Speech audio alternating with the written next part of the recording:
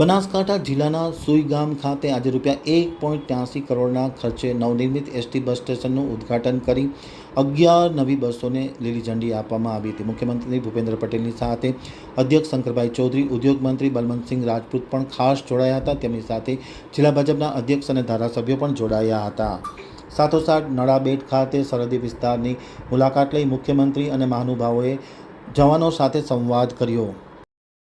હવે જોઈએ ગાંધીનગર આમતક ન્યૂઝ બ્યુરોમાંથી જે.કે. પટેલનો એક વિસ્તૃત અહેવાલ।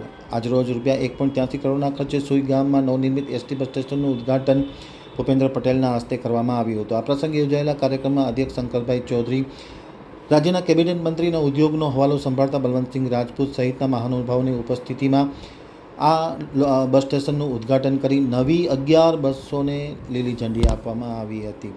સાથોસાથ માં નડેશ્વરીના પાવન દર્શન કરી રાષ્ટ્રના કલ્યાણ માટે આશીર્વાદ મેળવ્યા હતા। સરહદે શાંતિ અને રક્ષા માટે માતાજી હંમેશા આશીર્વાદ બને તેવી પ્રાર્થના કરવામાં આવી હતી।